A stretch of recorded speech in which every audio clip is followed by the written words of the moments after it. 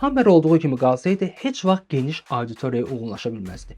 Dəyişsəydi, öz mahiyyətini itirə bilərdi və bu balansın necə qurulacağı brendin taleyini müəyyən edirdi. Bu sualın cavabı 2002-ci ildə təqdim olunan H2 modeli ilə verilir. Çünki bu avtomobil zahirən əvvəlki Hammeri xatırlatsa da, artıq hərbi platforma üzərində qurulmurdu.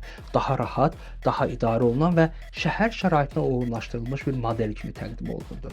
Bu dəyişiklik zahirdə sadə görünə bilərdi, amma əslində bu Hammerin tarixində ən kritik dönüş nöqtələrindən biri idi. Çünki bu addım brendi daha geniş auditoriyaya açır və onu real bazar məhsuluna çevirir. Amma ən böyük dəyişiklik texnikada yox, insanların düşüncəsində baş verirdi. Çünki artıq Hammer bir avtomobil kimi yox, bir his kimi təqdim olunurdu. Reklamlar bunu açıq şəkildə göstərirdi. Çünki səhrada hərəkət edən hərbi konvoyların yerinə artıq şəhər küçələrində hərəkət edən iri və diqqət çəkən avtomobillər alırdı. Və bu görüntülər eyni mesajı çatdırırdı. Bu maşını sürən insan sadəcə hərəkət etmir.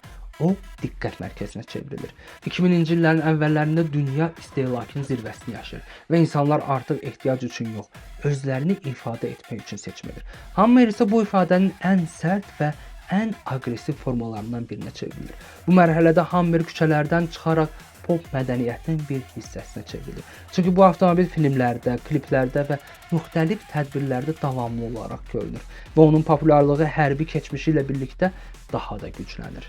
Xüsusilə Hollywood bu prosesi sürətləndirir və qısa müddət ərzində Hammer onlarla filmlərdə görünərək artıq təkcə avtomobil yox, bir həyat tərzi simvolu olur. Bu yüksəliş getdikcə daha da sürətlənir və müəyyən bir nöqtədən sonra ifrat səviyyəyə çatır. Çünki uzadılmış Hammer limuzinləri yaranır və bu modellər artıq avtomobil olmaqdan çıxır. Bu isə çox vacib bir siqnal idi. Çünki məhsul öz funksiyasından uzaqlaşanda bu artıq inkişaf deyil, bu ifratdır və ifrat heç vaxt uzun ömürlü olmur.